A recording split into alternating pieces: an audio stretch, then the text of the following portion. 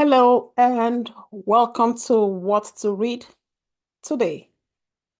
I hope you've had a beautiful or restful week. Today on What to Read, I'm introducing a book I have read in the past, which at the time made me stop and think.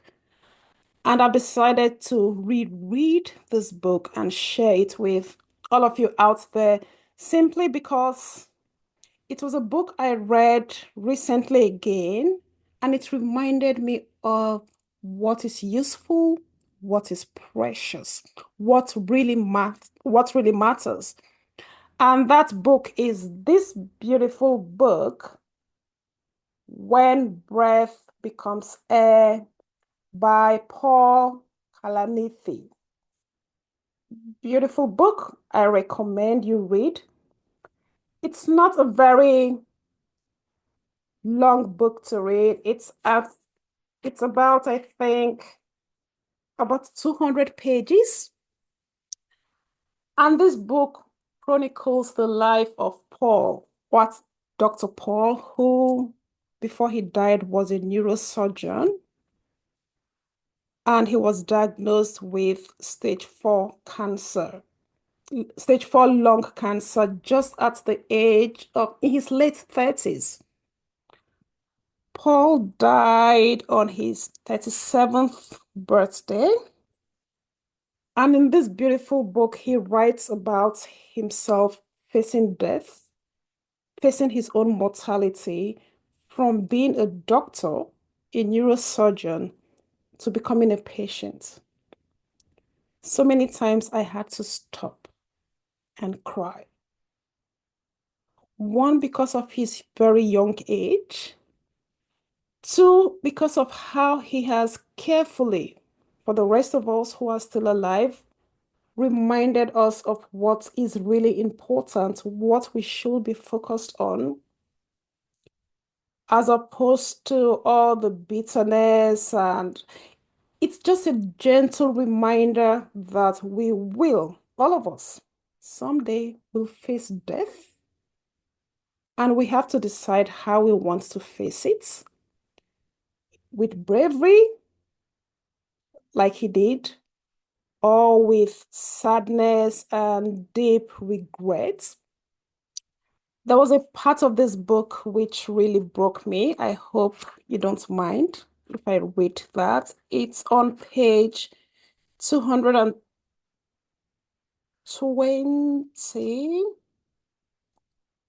No. Okay, let's see now. Yeah, 210. And this is just the moment before Paul tells his wife, his family who were in the room with him, that he was ready to go.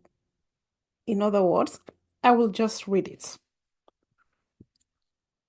I returned to Paul's bedside. This is his wife speaking. He looked at me, his dark eyes alert, above the nose bridge of the BPAP mask. So he had a mask on, and said clearly, his voice soft but unwavering, I'm ready.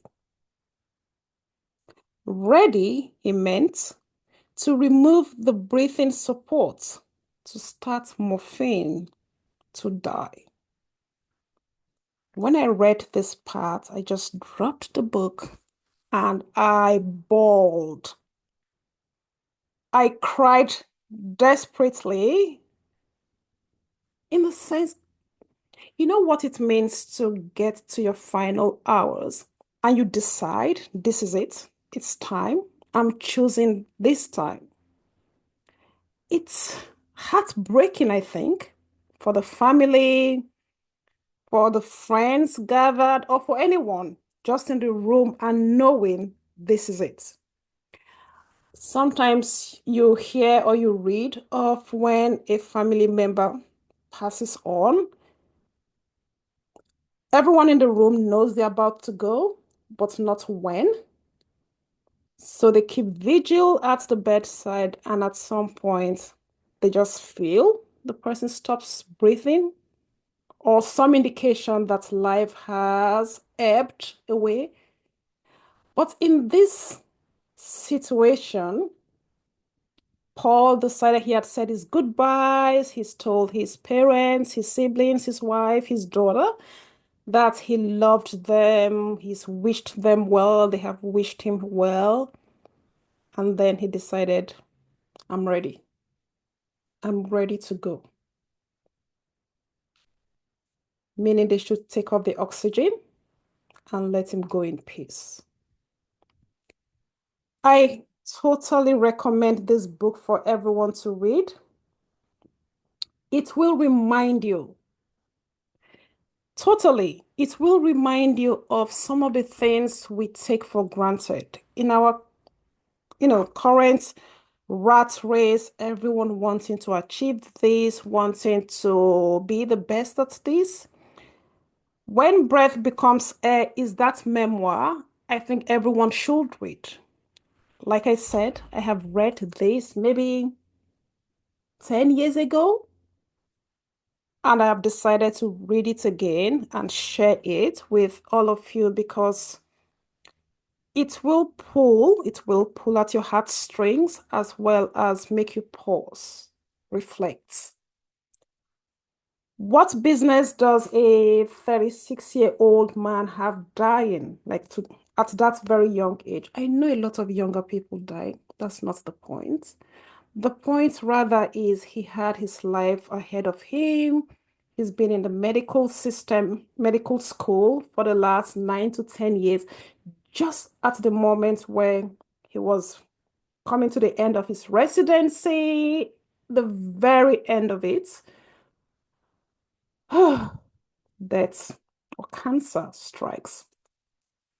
In this book as well, you would read about even after his cancer diagnosis, him and his wife decided they will try for a child, which was successful.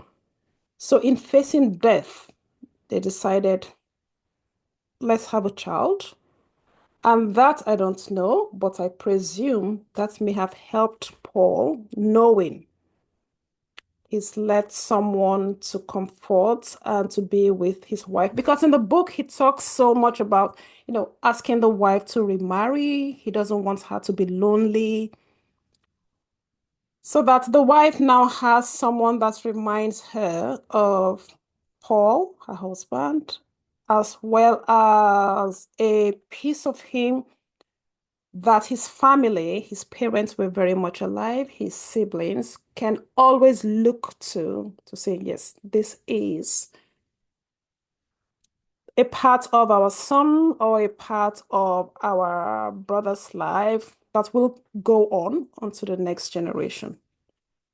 So please, on what to read today, I do recommend you find this book. And when you do, please give it a read and let me know what you think. Until the next time, I hope you keep well and stay safe.